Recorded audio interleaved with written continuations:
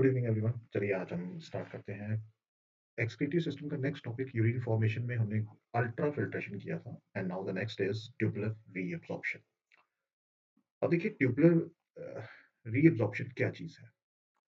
अब अगर हम ट्यूबुलर रीअब्जॉर्प्शन की बात करें तो देखो, अल्ट्रा फिल्ट्रेशन में हमने एक चीज की थी। अल्ट्रा फिल्ट्रेशन में हमने क्या कहा था? हमने कहा था कि वहां पर हर तरह का मटेरियल जो है वो फिल्टर हो जाता है according to the pore size. क्योंकि यहाँ पर क्या थी? देयर इज प्रेजेंट, यहाँ पर आपने क्या देखा था? There is present the filtration membrane. ये सारी फिल्ट्रेशन मेम्ब्रेन है जहां पर आपने पोडोसाइट्स देखे थे, जहां पर आपने स्लिट पोर्स देखे थे। तो यहां से जैसे ही मटेरियल इस एरिया में आता है, इन द पीसीटी एरिया, चलिए देखते हैं जरा। तो यहां पर स्टार्ट हो जाती है हमारी ट्यूबुलर रीअब्जॉर्प्शन। अब ये क्यों होती है? देखो, इसके कुछ कारण हैं। पहली चीज, नाम से ही हमें पता लग रहा है, रीअब्जॉर्प्शन। रीअब्जॉर्प्शन का मतलब क्या है? कि देखिए अल्ट्रा फिल्ट्रेशन के वक्त हमने क्या कहा था कि it is non selective in nature. It is non selective ultra filtration. चलिए यहां लिख देते हैं, हम कंफ्यूज ना हो कि हम क्या चीज कर रहे हैं। तो अल्ट्रा फिल्ट्रेशन जो थी वो नॉन सेलेक्टिव थी। ये किसी भी तरह का, it does not differentiate between the useful and the useless, but it filters whatever is in the vicinity of the pores और the filtration membrane। जो इसमें से पास हो सकता है वो इसमें से पास हो जाएगा। अब वो यूजलेस है या यूजफुल है, इसका कोई लेना देना नहीं है। अब देखो, अब नेचुरली अगर यूजलेस और यूजफुल मटेरियल इस फिल्ट्रेट में, यहाँ नेफ्रिक फिल्ट्रेट में यहाँ पहुंच गए हैं, तो अब सबसे इंपॉर्टेंट चीज है कि हमें जितने भी यूजफुल मटेरियल है उनको इस पीसीटी से निकालकर यहाँ इंटरस्टिशियल फ्लूइड में लाना ही होगा। क्योंकि हम नहीं चाहते कि हमारा कोई भी बॉडी का यूजफुल मटेरियल जो है वो यूरिन के थ्रू एक्सक्रीट आउट होता है। सो नेफ्रिक, अगर ट्यूबुलर रीअब्जॉर्प्शन की बात की जाए तो ट्यूबुलर रीअब्जॉर्प्शन क्या है? The reabsorption reabsorption of important, clear, of important small molecules. देखिए, होंगे तो वो छोटे molecules he, small molecules into the interstitial fluid. Interstitial fluid, और हम क्या कहेंगे? Peritubular, peritubular capillaries is called is called tubular reabsorption। So I hope आपको डेफिनेशन से ये चीज कवर हो गई है कि हम यहाँ क्या पढ़ने वाले हैं। अब देखिए यहाँ पर हमें क्या करना है, we have to basically reabsorb the small molecules, और वो भी कौन से? Small useful molecule, important molecules. अब वो यहाँ से पीसीटी से निकलने चाहिए और अल्टीमेटली कहाँ जाने चाहिए? They should enter into the interstitial fluid और पेरिट्यूबुलर नेटवर्क ऑफ कैपिलरीज। अब वो किस तरह से होगा? अब देखो, इसकी और भी एक वजह है। दूसरी चीज यहाँ ये है, ट्यूबुलर रीअब्जॉर्प्शन क्यों होती है? क्योंकि हमने पहले ही पढ़ा था कि लास्ट लेक्चर में हमने कहा था कि 180 litres of nephric filtrate is prepared every day, है ना? और आप ये भी जानते हैं कि इसमें मैक्सिमम हिस्सा क्या होता है? That is water. और अगर इतनी अमाउंट में वाटर बाहर निकलेगा तो हमारी बॉडी के अंदर क्या हो जाएगा? पानी की कमी हो जाएगी, ब्लड वॉल्यूम कम हो सकता है, ब्लड प्रेशर कम हो सकता है। समझ रहे हैं ना बात? तो उन उन चीजों से बचाने के लिए, डिहाइड्रेशन हो सकती है, उन चीजों से बचाने के लिए हमें ये जो 180 लीटर ऑफ नेफ्रिक फिल्ट्रेट है, अब इसमें से हम कितना यूरिन पास आउट करते हैं? ओनली 1.2 टू 1.5 लीटर यूरिन ही पास आउट होता है। यानी इसका मतलब है कि मैक्सिमम पानी भी हम रीअब्सॉर्ब कर लेते हैं। तो ये भी एक वजह है कि पानी को कंजर्व करने के लिए भी हम ट्यूबुलर रीअब्सॉर्प्शन करते हैं। सो ट्यूबुलर रीअब्सॉर्प्शन, हम it basically occurs in three parts. वो तीन पार्ट्स कौन से हैं? चलिए हम ले लेते हैं। पहला पार्ट है हमारा पीसीटी, यानी प्रॉक्सिमल कॉन्वोल्यूटेड ट्यूब्यूल। दूसरा पार्ट है हमारा the loop of Henle, loop of Henle. और तीसरा पार्ट हमारे पास क्या आ जाता है? That is DCT. और यहां जैसे कि हम देख रहे हैं, this is the loop of Henle, clear. जिन्होंने ये सीरीज पूरी देखी है उन्हें पूरा पता होगा, और जो पहली बार देख रहे हैं, चलिए फिर भी हम यहाँ, ये डीसीटी है। And then is the ultimately collecting tubules and collecting ducts are present here. तो ये भी रोल प्ले करते हैं। अब देखिए, अब हम यहाँ बात करते हैं सबसे पहले पीसीटी की बात कर लेते हैं। देखो जब हम पीसीटी की बात करते हैं ना तो पीसीटी इज दी, हम ये कह सकते हैं primary it is the primary seat of reabsorption. Primary seat of reabsorption हम क्यों कह रहे हैं? क्योंकि देखो इसके सेल्स, हमने लास्ट लेक्चर में भी कहा था कि इसके पास इसकी जो एपिथेलियम है, द एपिथेलियम कंसिस्ट ऑफ, क्या कहा था हमने, इसके पास क्या है, माइक्रोविलाई। और दूसरी चीज क्या है इसके पास, एंड बहुत सारे माइटोकॉन्ड्रिया है, अबंडेंट माइटोकॉन्ड्रिया है। अब इसका मतलब ये हुआ कि माइक्रोविलाई का भी कोई फंक्शन होगा और माइटोकॉन्ड्रिया का भी कोई फंक्शन होगा। तो माइक्रोविलाई क्या करते हैं, they increase the surface area, they increase the surface area, last lecture में हम पढ़ चुके हैं। और यहां अगर माइटोकॉन्ड्रिया की बात की जाए तो माइटोकॉन्ड्रिया क्या कर रहा है, माइटोकॉन्ड्रिया प्रोवाइड्स एनर्जी। ये तो हम सभी जानते हैं, power house of the cell. अब एनर्जी इसलिए भी लगती है क्योंकि ये प्रोसेस ही ऐसा है रीअब्जॉर्प्शन का, अगर आप डीपली जाएं तो यहाँ पर बहुत ज्यादा एनर्जी यूटिलाइज होती है, क्योंकि यहाँ एक्टिव रीअब्जॉर्प्शन भी होती है, प्राइमरी एक्टिव एब्जॉर्प्शन रीअब्जॉर्प्शन होती है, एंड या प्राइमरी एक्टिव ट्रांसपोर्ट कहें, सेकेंडरी एक्टिव ट्रांसपोर्ट कहें, ये सारे प्रोसेसेस यहाँ पे होते हैं। सो अब इसीलिए यहाँ पर एनर्जी का यूटिलाइजेशन बहुत ज्यादा होता है। अब देखो, अब दूसरी चीज यहाँ पर अब हम समझने की कोशिश करते हैं कि जब हम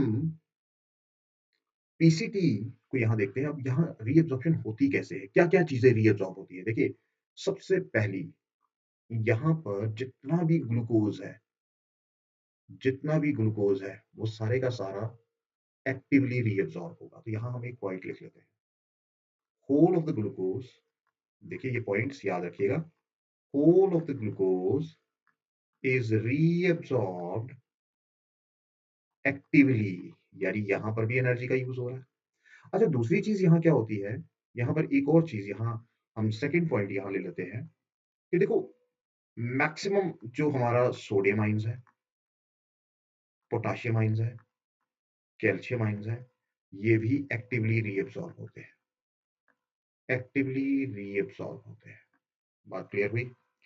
अच्छा, उसके बाद यहाँ एक और चीज होती है कि जब ये काम हो रहा है तो इसके साथ साथ bicarbonate ions and chloride ions, they are also reabsorbed. Clear? Then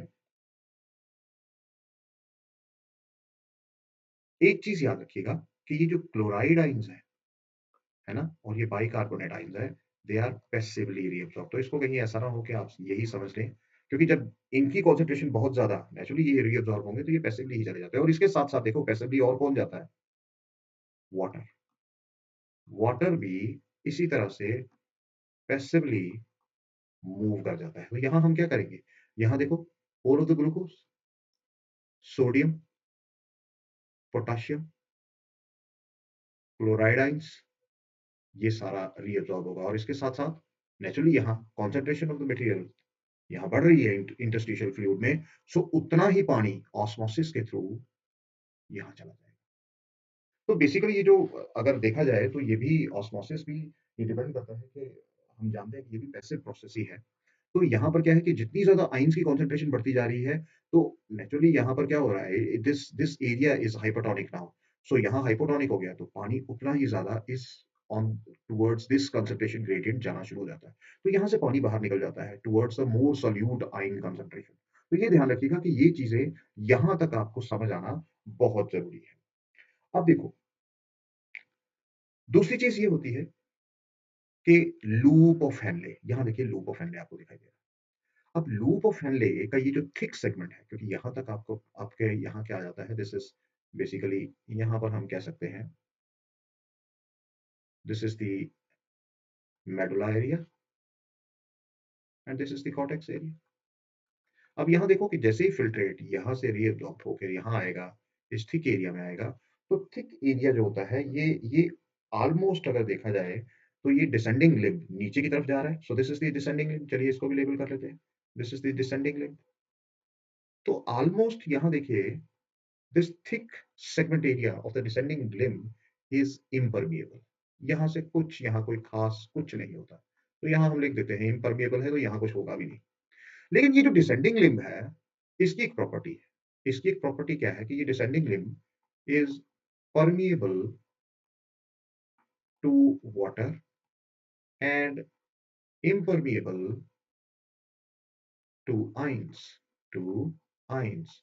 तो इसका मतलब ये होगा कि यहाँ से जैसे ही यहाँ नीचे की तरफ उतरेगा ये, तो यहाँ से पानी जो है वो बाहर आएगा into the interstitial fluid. Water यहाँ से अबंडेंट क्वांटिटी में बाहर आना शुरू हो जाएगा। तो इसका मतलब हुआ कि यहाँ पर जैसे ही पानी बाहर आएगा तो पॉइंट लिख लेते हैं लूप ऑफ हेनले में। सो लूप ऑफ हेनले में हम ये पॉइंट लिख लेते हैं कि यहाँ पर क्या होगा, डिसेंडिंग लिम्ब में क्या होगा, इन डिसेंडिंग लिम्ब में क्या होगा, द फिल्ट्रेट फिल्ट्रेट कैसा हो जाएगा, फिल्ट्रेट बिकम्स, भाई बताइए, बिकम्स हाइपरटोनिक।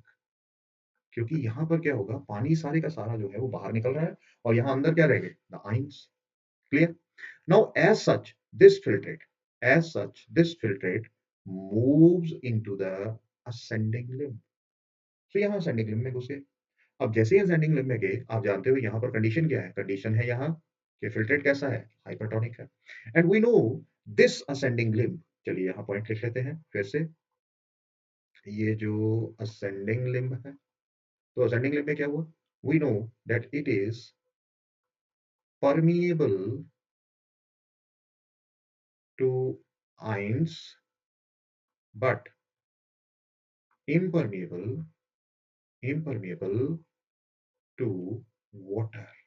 तो ये पॉइंट याद रखिएगा।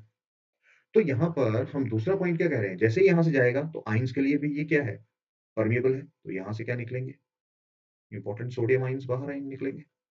यहाँ से इंपॉर्टेंट सोडियम आइंस बाहर निकलेंगे। और इसी के साथ हम ये भी जानते हैं कि क्लोराइड आइंस भी बाहर निकल जाएंगे, क्लोराइड आइंस भी बाहर निकल जाएंगे, यानी सीधा सोडियम क्लोराइड बाहर निकल गया। तो अल्टीमेटली यहाँ पर क्या होगा, इन असेंडिंग लिम्ब। चलिए अब असेंडिंग लिम्ब की बात कर लेते हैं। सो असेंडिंग लिम्ब में आप क्या देख रहे हो, क्या हुआ, अब जब ये आइंस बाहर निकल गए तो अगेन द फिल्ट्रेट क्या हो गया, द फिल्ट्रेट बिकम्स, दोबारा से हाइपोटोनिक हो गया, अगेन बिकम हाइपोटोनिक। बात समझ आ रही है। अब देखो ये हाइपोटोनिक जब हुआ, जैसे ही ये थिक सेगमेंट में पहुंचता है असेंडिंग लिम्ब के, यहां पर भी कुछ सोडियम क्लोराइड बाहर निकलता है। और वो भी कैसे, सोडियम आइंस और क्लोराइड आइंस की फॉर्म में। वो कैसे निकलेगा, यहां पर भी एक्टिव रीअब्जॉर्प्शन होगी, एक्टिवली सोडियम क्लोराइड बाहर निकलेगा। बात समझ आई, क्लियर हुआ। तो यहां पर भी क्या होगा, अब हाइपोटोनिक हो गया। अब यही हाइपोटोनिक फिल्ट्रेट एंटर कर जाता है इनटू द डीसीटी। अब डीसीटी के अंदर कंडीशंस आती है। देखो डीसीटी के अंदर क्या है, कुछ कंडीशंस है। और वो कंडीशन क्या है कि यहाँ पर दो हार्मोन्स के ऊपर बात हमारी, जिसको कहते हैं ना, बात हमारी टिक जाती है। तो चलिए अब हम यहाँ डीसीटी ले लेते हैं। चलिए छोटे छोटे पॉइंट्स हैं, ज्यादा लंबे मैं करूंगा ही नहीं। डीसीटी, देखिए दो हार्मोन्स यहाँ डिपेंड करता है इसके अंदर जो भी रीअब्जॉर्प्शन होगी। पहला एल्डोस्टेरॉन, ठीक है, एल्डोस्टेरॉन। और दूसरा यहाँ आ जाता है एडीएच, एंटी डायूरेटिक हार्मोन, और जिसे हम क्या कहते हैं, वेसोप्रेसिन भी कहते हैं। क्लियर। अब ये एल्डोस्टेरॉन जो है, अब देखो क्या होगा, अगर तो इफ ये तभी प्रोड्यूस होता है when there is deficiency of the sodium, deficiency of sodium, deficiency of sodium ions in blood. जैसे ये होगा तो व्हाट विल हैपन, यहाँ बाहर, बाहर क्या है, the particular capillaries of the interstitial fluid. यहां से अब होगा क्या, जैसे ही एल्डोस्टेरॉन प्रोड्यूस होगा, it will reabsorb sodium ions. It will reabsorb sodium ions from the DCT. Clear. इसके अलावा अगर अगर यहां डीसीटी के अंदर वेसोप्रेसिन प्रोड्यूस हो जाता है, तो वेसोप्रेसिन क्या करेगा, मोर वाटर इज रीअब्सॉर्ब्ड, पानी ज्यादा से ज्यादा यहां बाहर निकलेगा। क्लियर हो रही है बात। तो यहां वेसोप्रेसिन जो है वो यही काम करता है। वेसोप्रेसिन क्या करता है, more water reabsorption, more water reabsorption. तो इसका मतलब क्या हुआ, अगर मोर वाटर रीअब्जॉर्प्शन हो रही है तो यहां हमारे पास क्या हो रहा है, देखो बात समझने की कोशिश करो। अगर ज्यादा वाटर रीअब्जॉर्प्शन हो रही है डीसीटी में, तो यहाँ एक चीज याद रखो, वाटर कंजर्व हो रहा है कि नहीं हो रहा है? वाटर कंजर्वेशन हो रही है। और यहाँ पर हम क्या कर रहे हैं एल्डोस्टेरोन से? So reabsorption of sodium ions, clear, from, कहाँ से? From nephric filtrate. एक एक पॉइंट को ध्यान से समझिए। देखो, बात समझ रहे हो? तो यहां से ये हो रहा है। अब दूसरी चीज यहां ये आती है, some bicarbonate ions are also reabsorbed passively. अब ध्यान दीजिए, नीट में ये एग्जैक्ट डायग्राम जो यहां मैंने ड्रॉ की है, एग्जैक्ट डायग्राम का क्वेश्चन आया है 90%। Which of the following diagram is correct? तो ध्यान रखिए, ये जो भी मैंने ड्रॉ किया है, हाँ, कुछ चीजें अभी ड्रॉ नहीं की है क्योंकि ट्यूबुलर सेक्रेशन कल आएगा। तो ये डायग्राम एग्जैक्ट वही है जो वहां ड्रॉ की थी। आप इसका स्क्रीनशॉट ले सकते हैं। ये बहुत ही शानदार डायग्राम है और ये शानदार ही बहुत अच्छे तरीके से आपको ये बता सकती है कि किस तरह से ट्यूबुलर रीअब्सॉर्प्शन होती है। अब देखो, अब यहाँ पर जैसे ही डीसीटी से, अब डीसीटी से फिल्ट्रेट मूव करता है हमारा यहाँ इनटू द कलेक्टिंग ट्यूब्यूल से जाता है इनटू द कलेक्टिंग डक्ट चला जाता है। अब यहाँ पर भी कलेक्टिंग डक्ट की भी कहानी बहुत सिंपल सी है। देखो, सिंपल सी कहानी में ऐसा क्यों कह रहा हूँ? क्योंकि यहाँ पर भी रीअब्सॉर्प्शन जो होती है in collecting tubule, it depends upon the ADH. यहाँ पर भी अगर एडीएच की प्रोडक्शन हुई, एडीएच सिंथेसाइज हुआ, तो what will happen? More water is reabsorbed.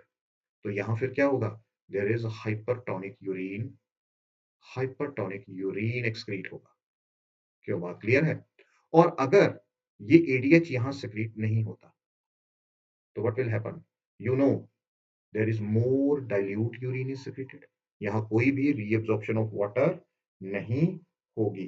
तो ये थोड़ा सा ध्यान रखिएगा कि यहाँ पर एडीएच की सिक्रीशन अगर होती है तो hypertonic urine, more water is reabsorbed, और अगर एडीएच नहीं होता है प्रोड्यूस, तो यहाँ पर क्या होगा? No water is reabsorbed as such. जो यहाँ पर रीअब्जॉर्प्शन हुई वो तो होगी, लेकिन एज सच जो डीसीटी से नेफ्रिक फिल्ट्रेट निकलेगा, वो सीधे का सीधा यहाँ से निकलता हुआ मेडुला पार्ट से होता हुआ अल्टीमेटली हमारे जितने भी next parts renal pelvis ureter, वहां से होता हुआ यूरिन एक्सक्रीट आउट हो जाएगा। अब यहाँ पर एक चीज और ध्यान दीजिएगा, सम अमाउंट ऑफ यूरिया, देखो ये ध्यान रखिएगा, some part of urea also diffuses out. यहाँ से थोड़ा सा यूरिया जो है वो भी बाहर निकलता है। तो आई होप मैंने बहुत क्लियरली और बहुत आराम से इस टॉपिक को दिया है ताकि कोई कोई भी पॉइंट हमसे छूटे ना। तो आई hope you understood the lecture tubular reabsorption. ये बहुत ही इंपॉर्टेंट लेक्चर है और इसके सारे पॉइंट्स बहुत इंपॉर्टेंट है। So I hope you like the lecture. So do like, share and subscribe. Thank you very much.